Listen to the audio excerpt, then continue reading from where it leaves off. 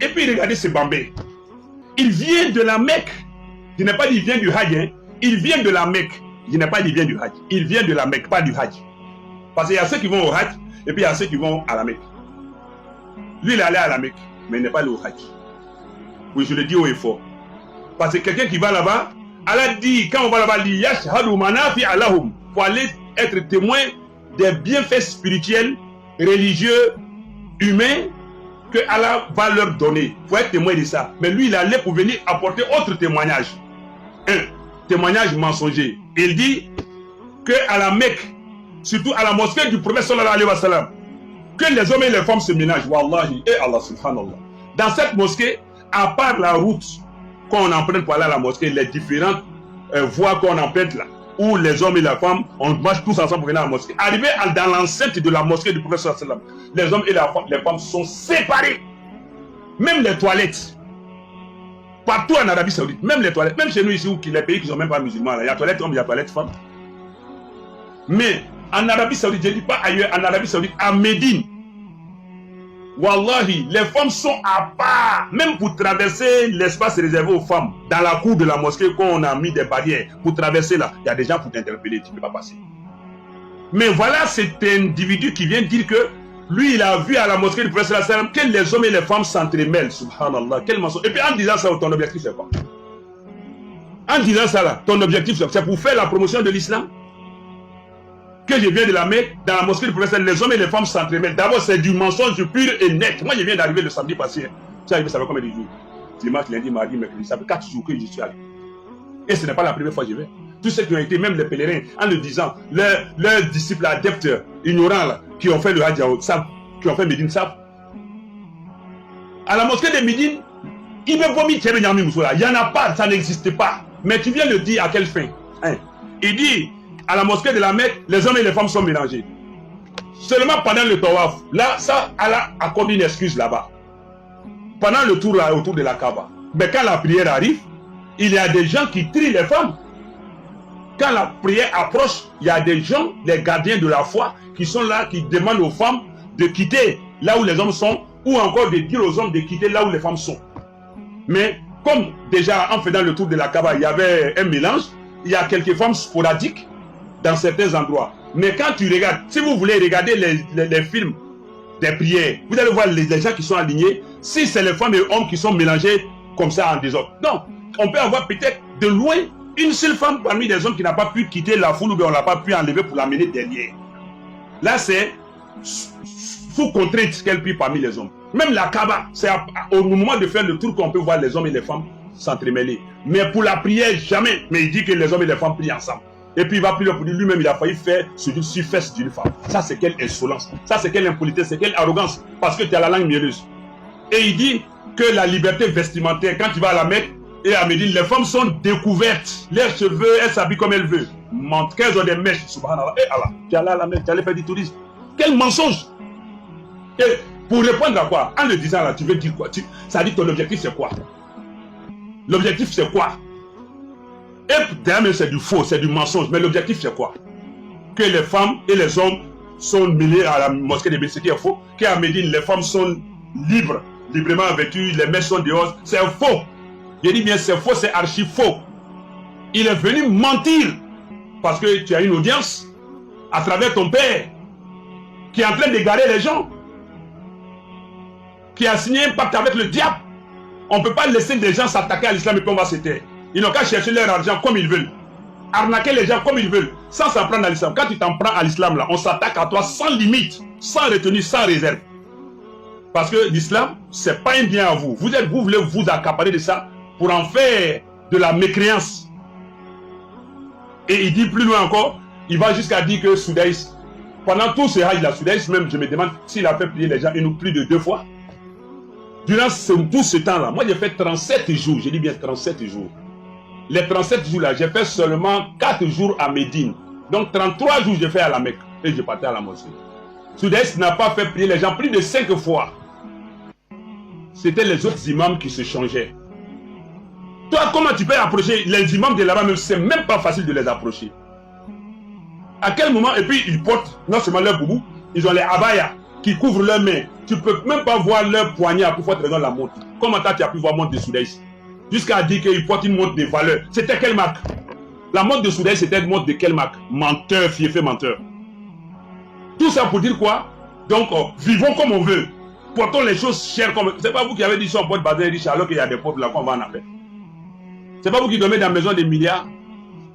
Personne ne vous envie par ces maisons sataniques. Tout cela va s'effondrer, ça ne va pas durer. Tout ce que vous êtes en train de faire là, Wallah, ça va s'effondrer, ça ne va pas durer. C'est moi qui vous le dis. Et je m'appuie sur ce que je sais de Allah. Allah a prédit votre suite. Et il dit encore plus loin, il dit, des gens même ont fait baya avec lui. Quel baya? Des gens ont fait l'allégeance. Tu comprends quel arabe pour parler à qui là-bas, et puis tu vas prêcher où? En Arabie Saoudite même là, tous les sermons sont synchronisés. Tous les sermons là, c'est le même sermon qui se fait dans toutes les mosquées parce que ça vient du ministère des Affaires islamiques. Même de toute façon, quand on dit assalamu alaikum, nous on se lève pour dire assalamu alaikum, on va prêcher dans la mosquée. Là, on ne fait pas comme ça là-bas. Il faut autorisation pour prêcher dans la mosquée. Et ceux qui prêchent sont connus. Et ils sont payés aussi. Toi, à quel moment tu vas aller prêcher? Tu es allé mettre ton wabili dans la ou pour dire aux gens venez faire baya. Menteur comme ça. Tu peux faire allégeance à qui? Tu communiques en quelle langue avec ceux-là? Parce que quand il s'assoit devant sa caméra, il ne parle que du doula. Il n'y a même pas un verset de Coran. Parce que s'il prend Fatiha, il va mélanger. S'il prend un petit verset de Coran, il va mélanger. Son père même qui mélange verset de Coran, il veut s'attaquer au Coran. Hein? Fankihu machitum minanisa. Où le Coran dit Matov alakum, lui dit machitum. Et puis il va mettre ça au verset 129, alors que c'est le verset 3 du chapitre 4. Et il dit Allah n'a jamais dit aux gens de marier plus d'une femme. Allah a commencé par deux. Masna wa sulasa wa ruba. La condition d'une femme, c'est quand tu n'es pas sûr d'être équitable, d'être juste. Allah dit un. Sinon, c'est deux. Toi, tu dis, Allah n'a jamais demandé parce que tu veux faire plaisir aux chrétiens. Parce que tu vas devant une assemblée de chrétiens qui t'a invité. Pourquoi parmi tous les musulmans de Côte d'Ivoire ou bien du Mali d'ailleurs, on n'a pas invité d'autres frères? Il voit que c'est toi qui est leur frère. C'est toi qui partage la même foi que eux. Tu t'en vas pour massacrer les versets, les principes de l'islam, pour faire plaisir aux chrétiens et puis ils applaudissent dans la salle. Nous y viendrons après, Inch'Allah. Toi, tu dis que tu as été à la Mecque, tu es petit-fils du prophète. Tu allais rendre visite à tes parents, tes cousins qui sont là-bas. Si tu es petit-fils de Rasul, normalement, quand tu arrives, tu dois aller saluer chez vous à la maison là-bas. Ah, la maison, c'est où? Les parents, les cousins, qui te connaît là-bas? Des gens même qu'on ne sent même pas dans la foule, on ne sait même pas s'ils existent. Nous tous, on est là-bas, on ne sait même pas si on existe. C'est quand on revient chez nous, on nous voit, on a de la visibilité. Quand on est là-bas, là, milliardaires, savants, personne n'est personne. Tout le monde est égal là-bas. Et toi, tu dis que tu as fait allégeance à des gens. À quel titre? Et le fait de dire que le professeur Hassan était un comédien, mais attends, Allah dit dans le Coran, même les compagnons du professeur, Allah dit de ne pas l'appeler comme façon eux-mêmes ils s'appellent entre eux. Allah dit la taj'alu du'a ar-rasul bainakum ka du'a ibadikum ba'da. Ne faites pas, ne considérez pas l'appel du messager comme un appel que vous-même vous adressez entre vous. On ne dit pas Rasoul, on ne dit pas moi, on dit Ya Rasoul Allah. Pour l'appeler simplement là, Allah dit dites Ya Rasoul Allah, Ya Nabi Allah. Même ces femmes l'appelaient comme ça. Ou bien Ya Abal Qasim, oh le père de Qasim. Allah même il a appelé le professeur par son nom 3 fois, mais il n'a pas appelé. Il l'évoquait, il le mentionnait. Allah même n'a jamais appelé le professeur directement dans le Coran Muhammad. Il n'y en a pas. Quand il parle de lui à d'autres personnes, quand il dit Wama kana Muhammad Aba ahadim miridalikum Muhammadur Rasulullah, ainsi de suite. Mais quand Allah s'adresse à lui, il dit Ya ayyuhar Rasoul, Ya ayyuhan Nabi. Allah même respecte le professeur. Toi, tu viens t'asseoir, tu dis les comédiens, c'est toi et ta famille, et puis ton père qui est des comédiens. Et au-delà de ça, Allah dit aux compagnons même qui ont lutté avec lui, La taj'alu du'a ar-rasul bainakum ka du'a ba'dikum ba'da. Ne considérez pas l'appel du messager comme un appel que vous adressez vous-même entre vous. Et Allah continue pour dire Qad ya'lamu Allahu alladhina yatasallaluna minkum liwaza falyahdhari alladhina yukhalifuna an amrihi an tusibahum fitna aw yusibahum adhabun alim. Allah dit donc dans ce verset, il dit Allah connaît ceux qui font diversion, qui essaient de jongler, de ruser avec le prophète sallallahu alayhi wa sallam. Mais Allah dit que ceux qui contredisent le prophète sallallahu alayhi wa sallam, qui le contrarient là, prennent garde, se méfient, fitna, que une calamité s'abatte sur eux ici dans le monde, ou encore que un châtiment douloureux tombe sur eux. Le fait de s'en prendre au prophète sallallahu alayhi wa sallam, chapitre 24, verset 63. Et je termine sur ceci.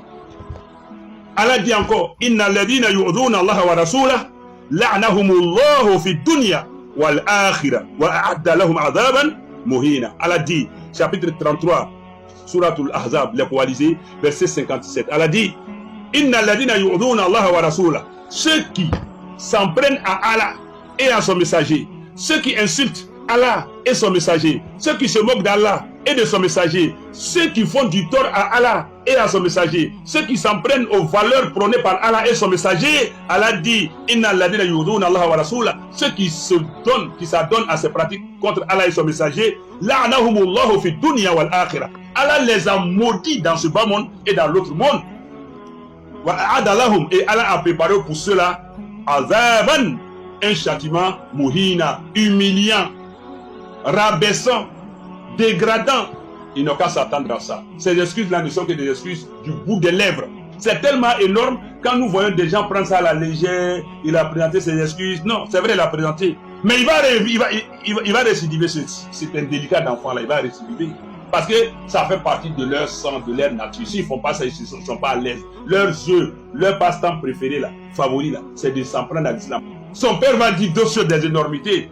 Leurs suivistes et suiveurs vont apporter des énormités. On a incité Allah. Maintenant, on a incité le Coran, on a incité l'islam. Le prophète, il a incité. Cela, ça ne leur dit rien. Hein?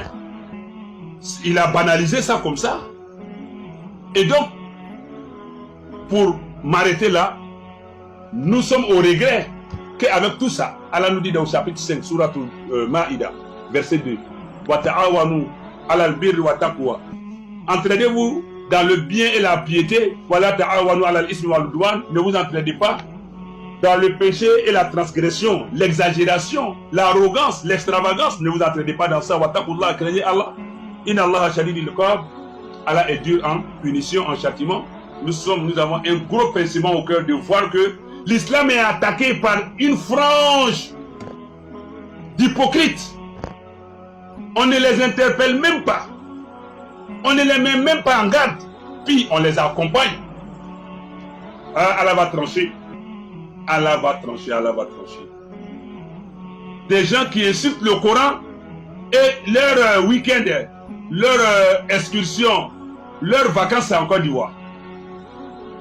Des gens qui s'en prennent à l'islam, à Allah, au Coran, et qui sont bien ici, qui disent que le Coran n'est que papier sur le sol ivoirien, et des gens qui disent qu'eux ils sont gardiens de l'islam. Personne ne parle. Ils ne sont pas inquiétés, ils ne sont pas interpellés, ils ne sont pas mis en garde. Et voilà, le gourou il vient, une manière de montrer que nous on n'est rien ici en Côte d'Ivoire. Nous lui donnons le stade du faux point pour faire son cinéma, son simagré. Il apporte quoi à la Côte d'Ivoire? Et c'est en Côte d'Ivoire que c'est un délicat d'enfant, c'est insolent, c'est arrogant. S'en prend au professeur Assalam, il n'a pas fait ça au Mali. C'est en Côte d'Ivoire que cette déclaration de comédie que lui-même il a fait montre, d'autres il a fait montre. C'est en Côte d'Ivoire qu'il traite le professeur Assalam de comédien. C'est en Côte d'Ivoire ça. Qu'il dit. Il n'a pas dit ça sur le sol malien. Il n'a pas dit ça sur le sol saoudien.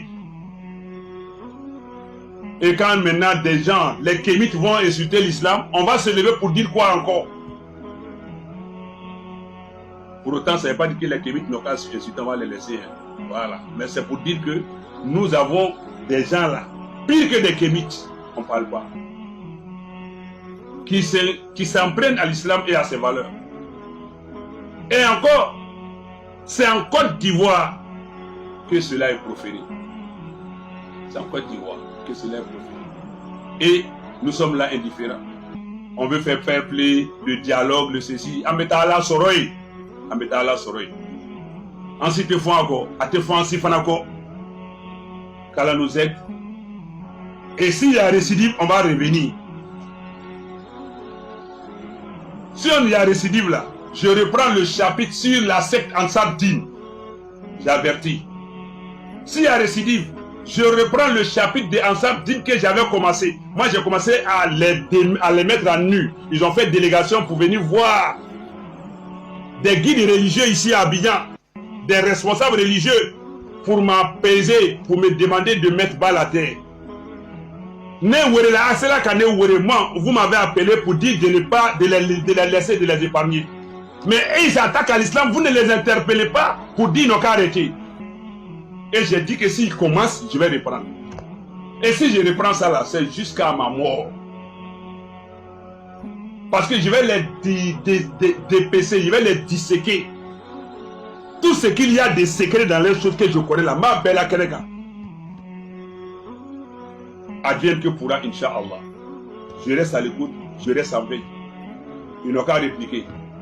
Et puis ils vont voir qu'est-ce qu'on va commencer. C'est un feuilleton, on va commencer. Il faut l'ara. Al-Nine Salam, on va continuer. Parce que je vais filer le doc à d'autres personnes. Ce qu'ils ne pensent pas que je vais dire là, mais à peine fort. Voilà, on les ménage, ils n'ont qu'à laisser l'islam tranquille. Les vrais musulmans vont pratiquer leur religion. S'ils ont choisi de vendre leur lahara contre Dunia, ils n'ont qu'à laisser ceux qui cherchent lahara. Déjà, Dunia, là, on n'a pas eu. Les politiciens, les richards, ils ont déjà pris ça. Nous, ça là, on cherche. Vous avez pactisé avec le Samiri, vous avez gagné Dunia. Laissez les gens chercher lahara. C'est là-bas on peut avoir le repos. À bon entendeur, salut, wassalamu alaikum wa rahmatullah. Voilà, il faut que la caisse de la main. Allez, il faut qu'il y ait. Aïe, mon fort. Moi, ma bille, il faut kafri. Moi, ma bille, il faut kafri.